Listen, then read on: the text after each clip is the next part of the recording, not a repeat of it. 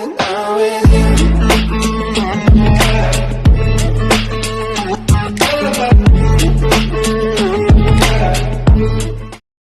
ngayon guys, wala na tayong intro, luto na agad. So ang aking iluluto ngayon ay isang masarap na isda, ginataang isda. Maggagata ako ngayon ng tulingan. Ayan guys, ang laki, dalawang tulingan naman laki yan.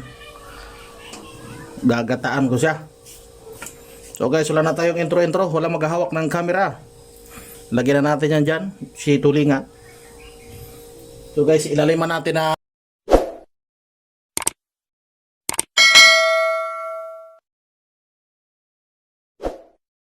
at yung ilan ilalagay na natin sa ibabaw.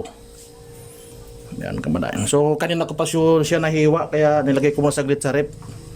Kaya kung papansin niyo medyo pumutla yung ating isda, pero goods na goods pa yan guys. Goods na goods pa yan mga lods. Ayan.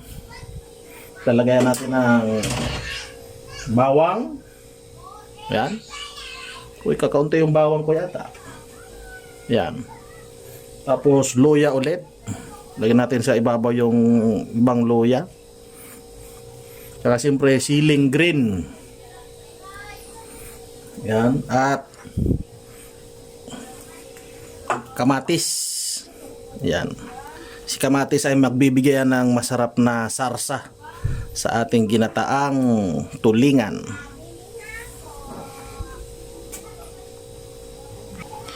So mga lods, lagyan ko na ng sibuyas. So ang gamit ko sibuyas puti, white onion. So marami tayo ngayon nito at mura. So malinis naman ang kamay natin. Kalat natin si white onion. Mura yan ngayon, kaya yan naman gamitin natin. Medyo marami tayong stock yan. Pamintang durog. Yan, yung basag lang yung gagamitin ko, 3 piraso. Ayan guys, steady ang camera natin dahil wala tayong cameraman. At siyempre seasoning, lagyan natin yan. So mga hindi naglalagay ng seasoning, okay lang mga lods. At lagyan na natin ng chamchameter na asin. Yun. At ipapaksiw muna natin yan sa suka. Pasisingawan natin sa suka bago natin lagyan ng gata. Ayan.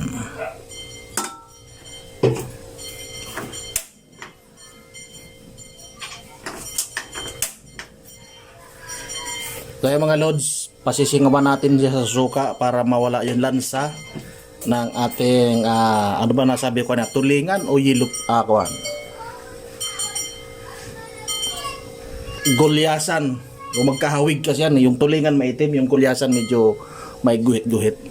So guys, mamaya bago natin lagyan ng gata yan, ilalagay ko yung gulay natin.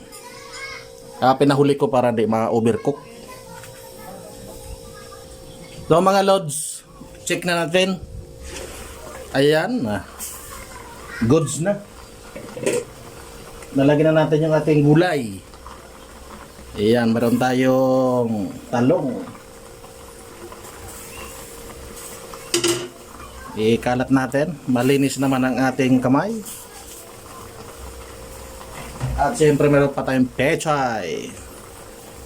Ayan mga lods, dami nating gulay. Napakasarap niyan. Ayan. So kamay-kamay lang natin. Hindi naman mainit yan eh. At siyempre lalagyan na natin ng fresh kukumama gata. Baka naman. Baka naman kukumama. So dalawa mga lods lalagyan natin para masarap talaga. Yan ang purong gata, fresh gata. So ngayon guys, hindi na hassle kung medyo malayo tayo sa palengke, hindi na hassle para bumili ng nyog. Kasi mayroon na ready ng gamitin. So halos pares din naman ang lasa doon sa fresh talaga. Takpan natin yan. Tayin lang natin yan na kumulo ng gusto. O mga lods, check natin. Ay kulong-kulo na. Yan, napakaganda. kuha natin yung gulay, diin-diin sa gata para malubog sa gata. Aso niya yata ito masisinsin, oh. Ayan, goods na yan mga lods.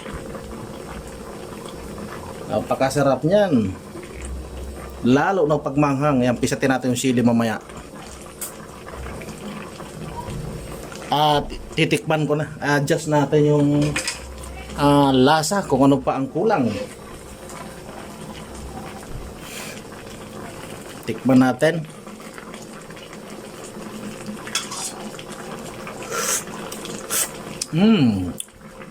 Masarap. Pero medyo kulang sa asin. Dagdagan na lang natin yan. So guys, pagka mga ganitong isda, din ako naglalagay ng ano to? Pisos. Asin lang talaga nilalagay ko. Dagdagan natin ng asin yan. Ito na yung ating final checking kung goods na mga lods. Na-adjust ko na yung lasa. So napaka na. Yan. Oh. Napakaganda na. Lubog-lubog natin itong mga talong sa gata.